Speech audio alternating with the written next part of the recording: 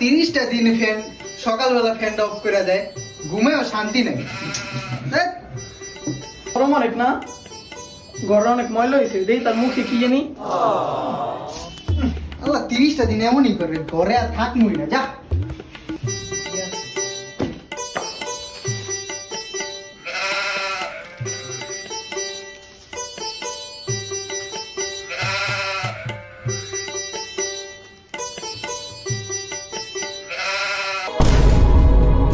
Bruh.